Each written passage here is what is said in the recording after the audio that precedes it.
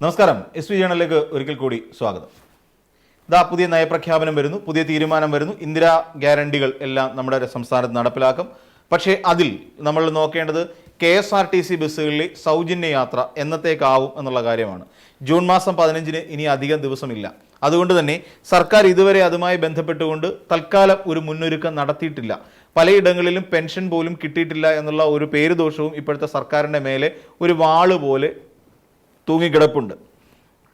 അതവിടെ നിൽക്കട്ടെ. അപ്പോൾ ഈ പറയുന്ന അവസ്ഥയിൽ ഇങ്ങനെ മുന്നോട്ട് പോവുകയാണ്. അപ്പോൾ എങ്ങനെയാണ് KSRTCയിൽ സൗജന്യമായി വനിതകൾക്ക് കൊടുക്കുക? കാര്യം ഇത് വെറുതെ എടുത്ത് കൊടുക്കാൻ പറ്റുന്ന കാര്യമില്ല. കയറുന്ന വനിതകളെല്ലാം സൂപ്പർ ഫാസ്റ്റിലും ഫാസ്റ്റ് പാസഞ്ചറിലും ലോക്കലിലും അതായത് ഓർഡിനറി ബസ്സിലും ഒക്കെ കയറുമ്പോൾ അവർ ഞങ്ങൾ ജെൻഡർ ഇക്വാലിറ്റി എല്ലാം തള്ളിക്കളഞ്ഞുകൊണ്ട് ഞങ്ങൾ സ്ത്രീകളാണ്, അതുകൊണ്ട് ഞങ്ങൾക്ക് സൗജന്യ യാത്ര വേണം എന്ന് അവർ ആവശ്യപ്പെട്ടാൽ കൊടുക്കേണ്ടി വരും ഈ പറയുന്ന ജൂൺ 15 മുതൽ.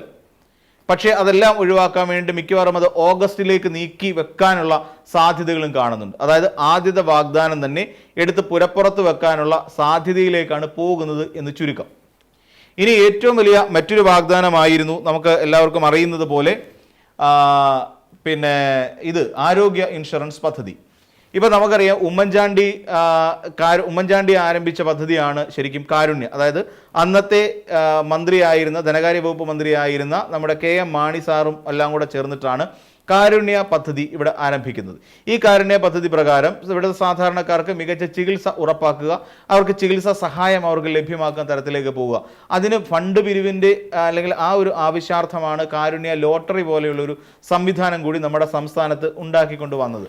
അപ്പോൾ അങ്ങനെ ലോട്ടറി കച്ചവടവും ഒക്കെ നടത്തിക്കൊണ്ട് കാരുണ്യയ്ക്ക് വേണ്ടിയിട്ട് ഫണ്ട് തയ്യാറെടുത്തുകൊണ്ട് അല്ലെങ്കിൽ ഫണ്ട് സ്വരൂപിച്ച് ജനങ്ങളിലേക്ക് എത്തിക്കുക എന്ന് പറയുന്ന ഒരു വലിയ പ്രവർത്തനം തന്നെയായിരുന്നു നടത്തിയത്. ഒട്ടും മോശമല്ലാത്ത പ്രവർത്തനമായിരുന്നു അത് എന്നുള്ള കാര്യം നമുക്ക് ഓർമ്മിക്കേണ്ടതുണ്ട്.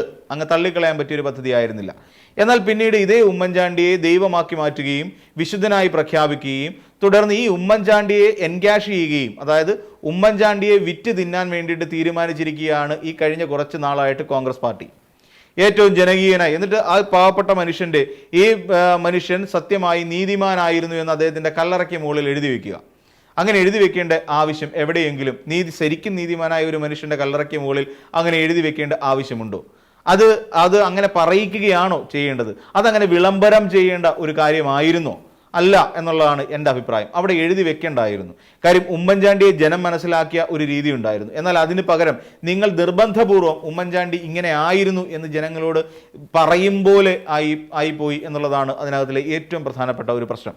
അദ്ദേഹത്തിൻ്റെ കല്ലറ നിർമ്മിക്കുന്നതുമായി ബന്ധപ്പെട്ടുകൊണ്ടും നടത്തിയിട്ടുള്ള ചില തിരിമറികളും ഇന്നും പുതുപ്പള്ളി പള്ളിയിൽ നിന്ന് ഉയർന്നു കേൾക്കുന്നുണ്ട് എന്നുള്ളത് വാസ്തവം. അതായത് അദ്ദേഹത്തെ ജീവിച്ചിരുന്ന കാലഘട്ടത്തിൽ പോലും കോൺഗ്രസ്സുകാർ വേട്ടയാടിയിരുന്നു. മരണത്തിന് ശേഷം അദ്ദേഹത്തിൻ്റെ കല്ലറയുമായി ബന്ധപ്പെട്ടുകൊണ്ടും ഇത്തരത്തിലുള്ള അഴിമതി ആരോപണങ്ങൾ കൂടി പുറത്തേക്ക് വരുന്ന സാഹചര്യം ഇപ്പോൾ നിലവിലുണ്ട്. അപ്പോൾ ആ ഉമ്മൻചാണ്ടിയുടെ പേരിൽ വീണ്ടും വിറ്റ് കാശാക്കുന്നതിൻ്റെ ഭാഗമായി ഇവിടെ ഒരു ഇൻഷുറൻസ് പരിരക്ഷ എല്ലാവർക്കും ഉറപ്പാക്കുന്നു എന്ന് പറയുന്ന ഒരു 25 ലക്ഷം രൂപയുടെ പദ്ധതി ഇവിടെ നടപ്പിലാക്കാൻ ഉദ്ദേശിക്കുന്നു. എന്നാൽ ഇതുമായി ബന്ധപ്പെട്ട് നമ്മൾ പരിശോധിക്കുകയാണെങ്കിൽ ഇത് എങ്ങനെ നടപ്പിലാക്കുമെന്നത് സംബന്ധിച്ച് സർക്കാരിൻ്റെ മുമ്പിൽ യാതൊരു രൂപരേഖയുമില്ല. അതായത് ഇവിടെയുള്ള ഇത്ര ലക്ഷത്തോളം വരുന്ന കുടുംബങ്ങളിൽ നിന്ന് 78 ലക്ഷത്തോളം വരുന്ന ആ കുടുംബങ്ങളിൽ നിന്ന് എങ്ങനെയാണ് ഇത് കണ്ടെത്തുക എന്നുള്ളതാണ്. ഈ കുടുംബങ്ങളിൽ നിന്ന് എത്രയാണ് അല്ലെങ്കിൽ ഈ കുടുംബങ്ങളിൽ എത്ര പേർക്ക് ഇതിന് അർഹതയുണ്ട് എന്ന് എങ്ങനെ കണ്ടെത്തും? ഇത് സംബന്ധിച്ച് തീരുമാനമായിട്ടില്ല. അതായത് ചുരുക്കി പറഞ്ഞാൽ ഇത്രയേ ഉള്ളൂ, ഈ ഒരു പദ്ധതി അല്ലെങ്കിൽ ഈ ഇൻഷുറൻസ് പദ്ധതി സാമ്പത്തിക അടിസ്ഥാനത്തിൽ നടപ്പിലാക്കണോ അതല്ല എല്ലാ കുടുംബങ്ങളിലേക്കും എത്തിക്കണോ എന്നുള്ള കാര്യത്തിലും തീരുമാനമായിട്ടില്ല. ഇനി സാമ്പത്തിക അടിസ്ഥാനത്തിലാണ് ഇവിടെ ഇത് നടപ്പിലാക്കേണ്ടതെന്ന് ഉണ്ടെങ്കിൽ ഇതുമായി ബന്ധപ്പെട്ടുകൊണ്ട് സർവേ നടപടികളും ഒക്കെ നടത്തി ഏറ്റവും ഒടുവിൽ അതിന് വേണ്ടി വരുന്നത് ഒരു വലിയ കാലഘട്ടം തന്നെ വേണ്ടി വരും. അവരുടെ സാമ്പത്തിക അനുസരിച്ച് അവരെ 3 ക്ലാസ്സുകളാക്കി തിരിക്കുക, ഇപ്പോൾ ഈ പറയുന്ന റേഷൻ കാർഡിൻ്റെ അടിസ്ഥാനത്തിൽ. അപ്പോൾ ആ രീതിയിൽ തരംതിരിച്ചുകൊണ്ട് അതോടൊപ്പം തന്നെ ഇനി റേഷൻ കാർഡ് ഇങ്ങനെയാണെന്നുണ്ടെങ്കിൽ അവരൊരു പക്ഷേ സാമ്പത്തികമായി ഉയർന്ന നിലയിലായിരിക്കും. അതായത് ഒരു വരുമാനം കാണിക്കാനില്ലാത്ത രീതിയിൽ സോഴ്സസ് ഉള്ള ആൾക്കാരുണ്ടാവും. അപ്പോൾ ഇതെല്ലാം സാമ്പത്തിക അടിസ്ഥാനത്തിലൊക്കെ തരംതിരിച്ച് അതിനനുസരിച്ച് ഏതൊക്കെ ക്ലാസ്സുകളിൽ പെട്ടവർക്കായിരിക്കണം ഈ ഇൻഷുറൻസ് പരിരക്ഷ ലഭിക്കേണ്ടത് എന്നതടക്കമുള്ള കാര്യങ്ങൾ തീരുമാനിക്കുകയും ഒക്കെ വേണം. അത് ഏറ്റവും ഒടുവിൽ മാത്രമായിരിക്കും കുറച്ച് കുടുംബങ്ങളെ, ഈ 80 ലക്ഷത്തോളം വരുന്ന കുടുംബങ്ങളിൽ നിന്ന് കുറച്ച് കുടുംബങ്ങളെ കണ്ടെത്തുകയും അവരുടെ പേരിൽ പ്രീമിയം അടച്ചുകൊണ്ട് അവർക്ക് 25 ലക്ഷം രൂപ ഈ ചികിത്സാ സഹായം എന്നുള്ള നിലയിലല്ല ഇൻഷുറൻസ് എന്നുള്ള നിലയിൽ കൊടുക്കാനും സാധിക്കുക. ഇതാണ് വളരെ സിമ്പിളായി അതിനകത്ത് ചെയ്യേണ്ട ഒരു കാര്യം. അപ്പോൾ ഇതിന് വരുന്ന ഈ 80 ലക്ഷം വരുന്ന കുടുംബങ്ങൾക്ക് വേണ്ടിയിട്ട് 10,000 രൂപ പ്രീമിയം എന്നുള്ള നിലയിൽ നിന്ന് നോക്കുമ്പോഴും എത്ര കോടി രൂപ പ്രതിവർഷം സംസ്ഥാന സർക്കാരിൻ്റെ ഖജനാവിൽ നിന്ന് പുറത്തേക്ക് പോകുന്നു എന്നുള്ള കാര്യവും നമ്മൾ മനസ്സിലാക്കേണ്ടതുണ്ട്. അപ്പോൾ ഈ ഫണ്ട് കണ്ടെത്തുക എന്ന് പറയുന്നത് ഒരു വലിയ പ്രശ്നമാണ്. അങ്ങനെ വരുമ്പോൾ ഒരു 5 വർഷത്തേക്ക് എത്ര കോടി രൂപ സംസ്ഥാന സർക്കാരിന് ഈ ഇൻഷുറൻസ് പദ്ധതിയിലേക്ക് കൊടുക്കേണ്ടി വരും എന്നുള്ളത് മറ്റൊരു ചോദ്യമായി നമ്മുടെ മുന്നിൽ അവശേഷിക്കുന്നു. പിന്നെ മറ്റൊരു കാര്യത്തിലേക്ക് പോയി കഴിഞ്ഞാൽ ഈ പറയുന്ന ഇൻഷുറൻസ് ഈ സർക്കാർ ഹോസ്പിറ്റലുകളിൽ മാത്രമല്ല സ്വകാര്യ ആശുപത്രികളിലേക്കാണ് ഏറ്റവും കൂടുതൽ പ്രോത്സാഹിപ്പിക്കപ്പെടുന്നത് എന്നത് വേറൊരു ഇതിനകത്തിലെ ഏറ്റവും വലിയൊരു പ്രതിസന്ധിയാണ്.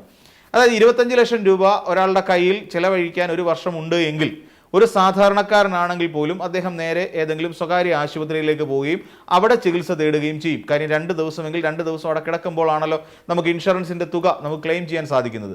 അപ്പോൾ 2 ദിവസം അതിൻ്റെ എല്ലാ ആർഭാടത്തോടും സൗകര്യത്തോടും കൂടി അവിടെ പനിയാണെങ്കിൽ പോലും നമ്മൾ പോകുന്ന ഒരു അവസ്ഥയിലേക്കൊക്കെ ആ ഇൻഷുറൻസിലേക്ക് പോകും. പിന്നീട് ഇവിടെ ഒരു ചൂഷണത്തിനുള്ള പോസിബിലിറ്റി കൂടി ഉണ്ടാകും. നമ്മൾ ആലോചിച്ച് നോക്കുക, ഇവിടെ നിലവിൽ ഇപ്പോൾ ഏകദേശം ലൈഫ് സേവർ എന്ന് പറഞ്ഞുകൊണ്ട് ശരിക്കും ഒരു പദ്ധതി സംസ്ഥാന സർക്കാർ കഴിഞ്ഞ KN ബാലഗോപാൽ ധനകാര്യ വകുപ്പ് മന്ത്രിയായിരിക്കും ഒരു പദ്ധതിയുണ്ട്. അതായത് വളരെ വേഗം ഉണ്ടാകും. ഇപ്പോൾ അപകടം ആക്സിഡൻറ്റുകൾ സംഭവിച്ചുകൊണ്ട് ഒരാൾ ആശുപത്രിയിലേക്ക് എത്തുകയാണെങ്കിൽ ആ ആശുപത്രിയിൽ 5 ദിവസത്തേക്ക് നടത്തേണ്ട ചികിത്സകളെല്ലാം തീർച്ചയായും നടത്തേണ്ടതുണ്ട്, തികച്ചും സൗജന്യം എന്നുള്ള നിലയിൽ. കാരണം ആ ഫണ്ട് സംസ്ഥാന സർക്കാർ അതാത് ആശുപത്രികളിലേക്ക് നൽകുകയാണ് ചെയ്യുക.